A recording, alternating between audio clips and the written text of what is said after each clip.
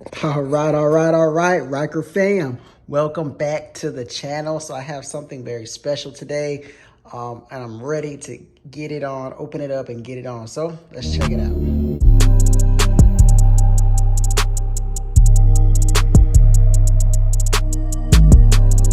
So as you can see, I got a little package. It is from Amazon, but it comes from MotoRadds, and it's a little item I've been looking at for a while. I wasn't sure if I was going to continue to use this helmet, but I bought it for this helmet. It's only specific for this helmet because of the way the visor is. So let's go ahead and open it up and let's see what's inside.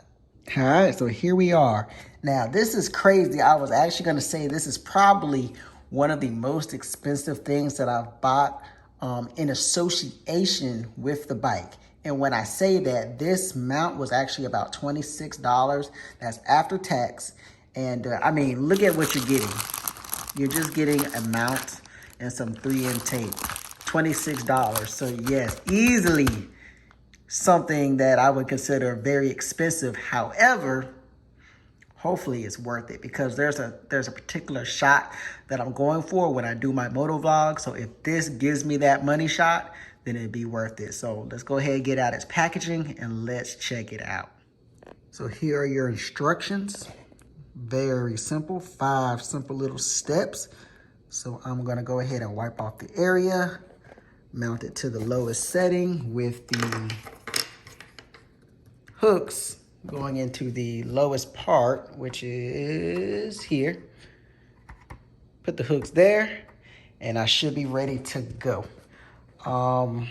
What I'm liking about this particular mount versus a different name brand that I was looking at is that this one I didn't need to change up the actual case that I have my GoPro in. The other mounting system I was looking at, it looked like you needed another case to kind of hook up with that particular mount. And that was something I wasn't really trying to get into, considering that I spent $49.99 on a GoPro's protective housing. I didn't want to have to buy another housing just to use a mount. So that's why I went with this one. So let's go ahead, clean off the area and get it mounted on. All right, so let's see what we're gonna do. I got the area cleaned, prepped. I'm gonna take the hooks. And I'm sorry, I'm doing everything one-handed, trying to look through. So I got the hook there, got the mount there. I'm gonna go on ahead and we're gonna apply some pressure. That was super simple, super easy install right there. I like shit like that. Oh man, I wish everything was like that.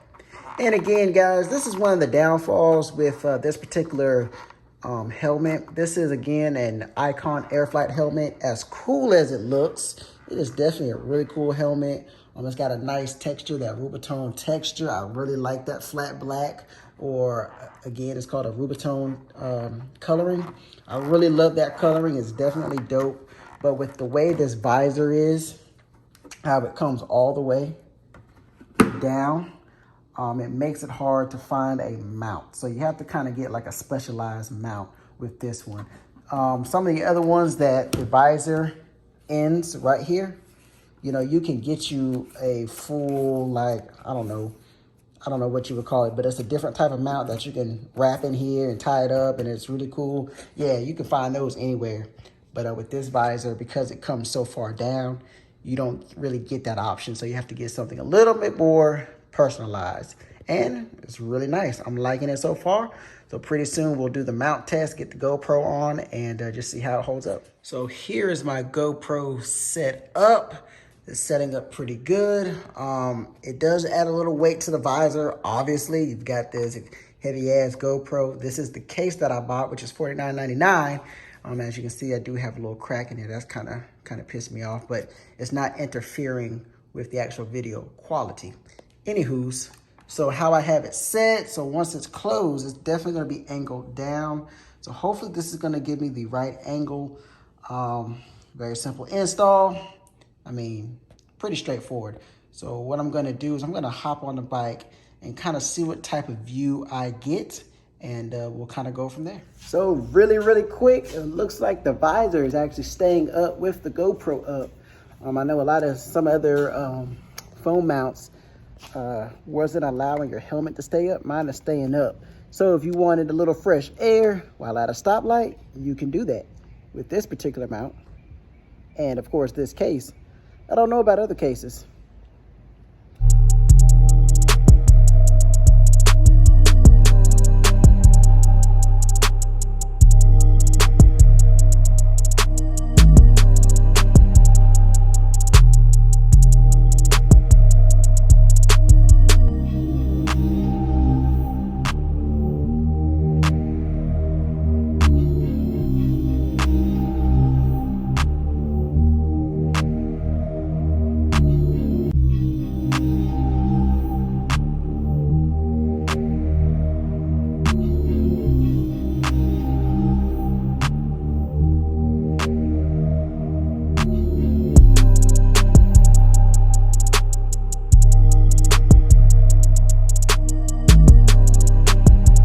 So all in all, it worked out really well. I do like this motor mount. So this is definitely one that I would get again. Again, it's a little bit expensive. I think I put it on a little bit crooked, but it is a little bit expensive for what you're getting. However, it works well and it looks great. As far as the mounting goes, you need one of these curved mounts or curved connective pieces, whatever it is. And I would suggest you get a GoPro one. I have recently bought a chest strap or whatever for the GoPro, and I got it from Amazon.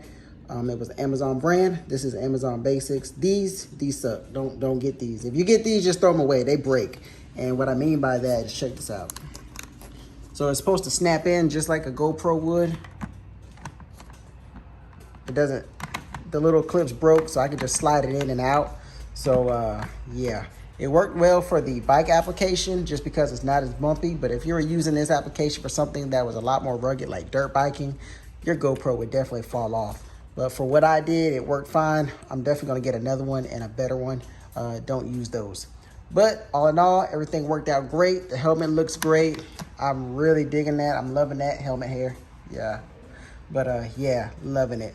So anyway, you guys, I appreciate you watching. Be sure to like, share, and subscribe. Ryker Fam, stand up, tap in. Let's go.